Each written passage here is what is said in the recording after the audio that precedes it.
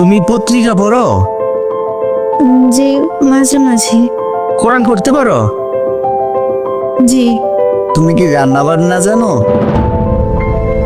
জি, মোটামুটি। মোটামুটি জানলে তো হবে না, সবই জানতে হবে। তাছাড়া বিয়ের পর রান্না বান্না তো তোমাকেই করতে হবে। যিনি তোমার শাশুড়ি হবে তিনি খুবই অসুস্থ, তার সেবাও করতে হবে, আবার বাড়ির সব রান্না বান্না সব কিছু তোমাকেই করতে হবে। পারবে তো তুমি?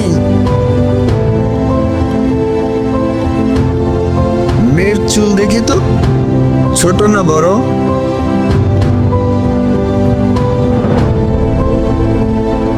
দেখে নাকি?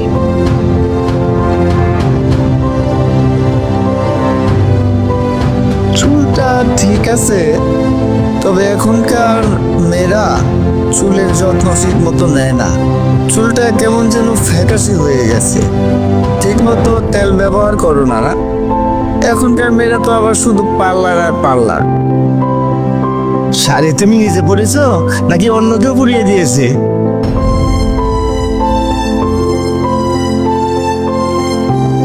মানে বুঝলাম না কিছু। তুমি লজ্জা বুঝতে পেলো? তাকাও আমার দিকে। হাতের কাজ টাজ কিছু পারো? না পারলে সব শিখে নিতে হবে।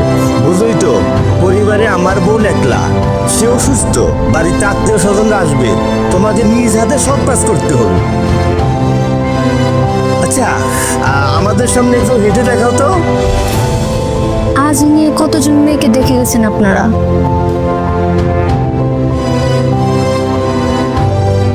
বিয়েতে কি পত্রিকা মুখস্থ করানো হবে?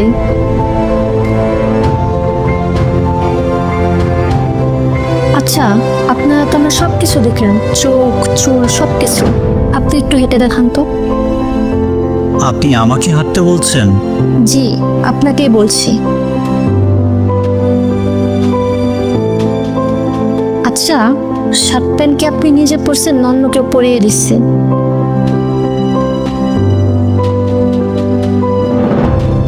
আমরা দুঃখিত, আপনাকে এসব প্রশ্ন করা আমাদের মোটেও উচিত হয়নি। সরি বলে লাভ নেই, আপনার ঠোঁট দেখে বোঝা যাচ্ছে যে আপনি সিগারেট খান। নেশাখোর কোনো ছেলেকে আমি বিয়ে করব না। আপনি শিক্ষক মানুষ, আপনাকে আমি সম্মান করি, কিন্তু আপনাকে আমার পছন্দ হয়নি। এখন আপনারা যেতে পারেন। এভাবে অপমান না করলেও পারতে। আপনাদের সম্মানের জন্য আপনাদের যেতে বলছি, কোনো অপমান করিনি আপনাদেরকে।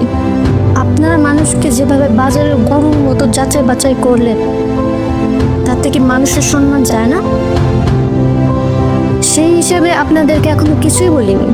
মামা, কাকা, আর কথা না বাড়িয়ে চলো যাই। আমরা তাকে যথেষ্ট অপমান করেছি। প্রত্যেকেরই ব্যক্তিত্ব এবং সম্মান আছে, আমরা সেটা রাখি।